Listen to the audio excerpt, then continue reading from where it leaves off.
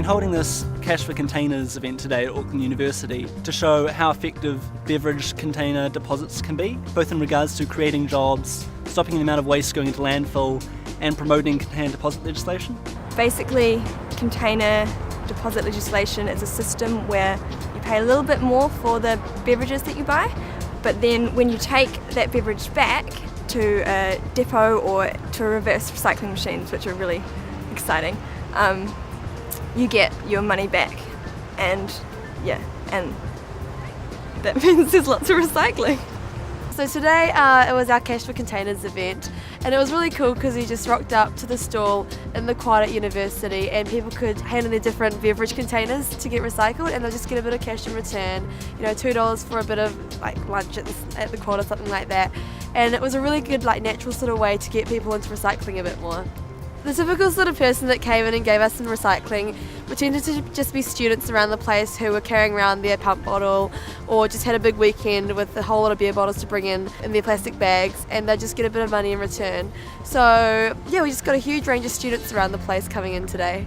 So some of the incentives that the students had to bring their recycling in included, well mostly it was the 20 cents that they'd get per beverage container that they brought in, as well as some really great spot prizes like our Rethink Fresh Produce bags and also our Ideal cups, which are reusable, as well as our Sig water bottles, which are also reusable. So this plastic bottle kayak was used by 16 young New Zealanders to travel the whole length of the Wanganui River, raising awareness about plastic pollution and plastic consumption in New Zealand, and just getting people to think about this a bit more, which is why we're here today. And in fact, some of those people who are involved in the plastic kayak trip are actually organising the container deposit scheme today to get young New Zealanders and everyone really to think about how we're using plastic and whether we're, using it in the best ways, whether we're recycling it properly, and whether we're encouraging each other to be part of using our resources better. If New Zealand had container deposit legislation, we would save approximately 400 barrels of oil per year, 400 metres squared of landfill space per year, and we could create up to 2,000 new jobs for part-timers and full-time workers. We could also reduce litter and reduce costs for the local authorities. I'm really concerned about plastic pollution. You walk around New Zealand streets, especially here in Auckland, and you'll often see plastic in the gutters. You see it in the parks, you see it on the beaches.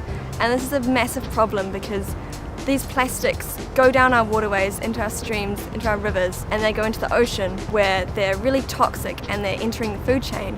And our oceans are turning into a sort of a plastic soup. And scientists have actually found that the plastic to plankton ratio is as high as 40:1 in some areas. I see container deposit legislation as a really good way to minimise plastic pollution because it provides an incentive to recycle.